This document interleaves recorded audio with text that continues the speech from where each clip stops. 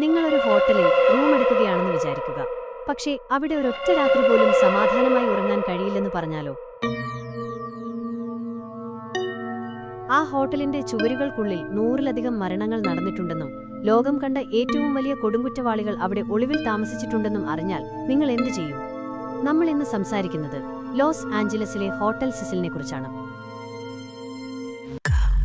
വെറുമൊരു ഹോട്ടലല്ല ഇത്, ആത്മഹത്യകളുടെയും നിഗൂഢമായ തിരോധാനങ്ങളുടെയും ഒരു കേന്ദ്രം. ഹോട്ടൽ സിസിലിന്റെ ഭയപ്പെടുത്തുന്ന രഹസ്യങ്ങളിലേക്ക് നമുക്കൊന്ന് പോയി നോക്കാം. 2013 ഫെബ്രുവരി, കാനഡയിൽ നിന്നുള്ള എലിസ ലാം എന്ന 21 വയസ്സുകാരി വിനോദയാത്രയുടെ ഭാഗമായാണ് ഹോട്ടൽ സിസിലിൽ എത്തുന്നത്. എന്നാൽ ദിവസങ്ങൾക്കുള്ളിൽ അവളെ കാണാതാകുന്നു. പോലീസ് ആ ഹോട്ടലിലെ CCTV ദൃശ്യങ്ങൾ പരിശോധിച്ചപ്പോൾ കണ്ടത് ലോകത്തെ മുഴുവൻ ഞെട്ടിക്കുന്ന കാഴ്ചയായിരുന്നു. വീഡിയോയിൽ എലിസ ലിഫ്റ്റിനുള്ളിൽ വിചിത്രമായി വരുന്നു. അവൾ ആരോടുമില്ലാതെ സംസാരിക്കുന്നു, കൈകൾ വായുവിൽ ചലിപ്പിക്കുന്നു, ലിഫ്റ്റിന് പുറത്താരെങ്കിലും ഉണ്ടോ എന്ന് ഭയത്തോടെ നിൽക്കുന്നു.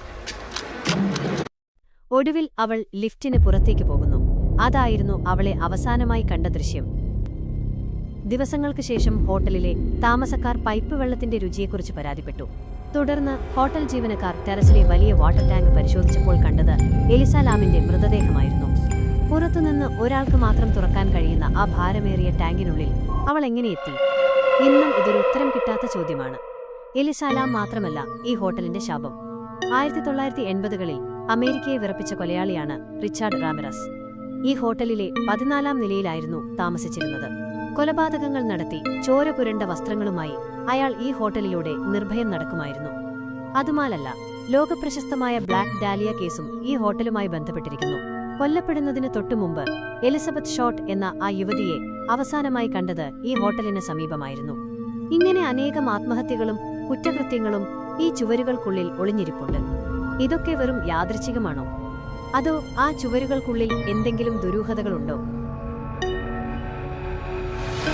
ഹോട്ടൽ സിസിലിനെക്കുറിച്ച് നിങ്ങൾ എന്തു കരുതുന്നു? നിങ്ങളുടെ അഭിപ്രായങ്ങൾ താഴെ കമന്റ് ചെയ്യുക. വീഡിയോ ഇഷ്ടപ്പെട്ടാൽ ലൈക്ക് ചെയ്യാനും ചാനൽ സബ്സ്ക്രൈബ് ചെയ്യാനും മറക്കരുത്. മറ്റൊരു നിഗൂഢ കഥയുമായി വീണ്ടും കാണാം.